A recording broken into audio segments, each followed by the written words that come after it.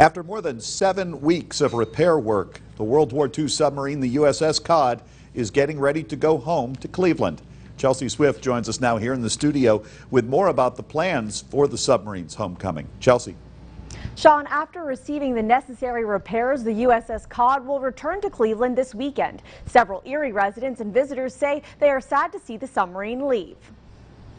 Now that the USS COD is fit with new steel and a fresh layer of paint, it will return to its home port of Cleveland. However, while it was here, the submarine was never open to the Erie community for tours. We would have the ability to provide tours to the people of Erie.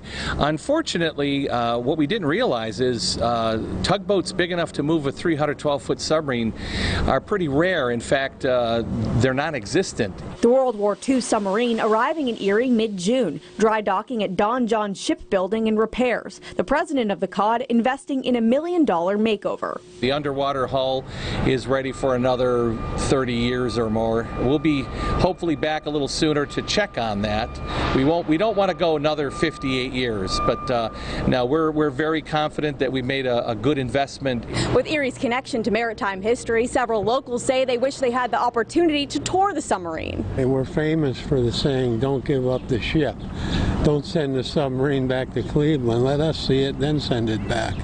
You know, I think that would be appropriate. Whenever we bring Niagara over to Cleveland, we're always bringing our students to the COD, and everyone's really excited to check it out and enjoy that. So it would have been great to be able to have COD here at Dobbins or in Erie, to be able for the public of Erie to come down, take a look at the ship.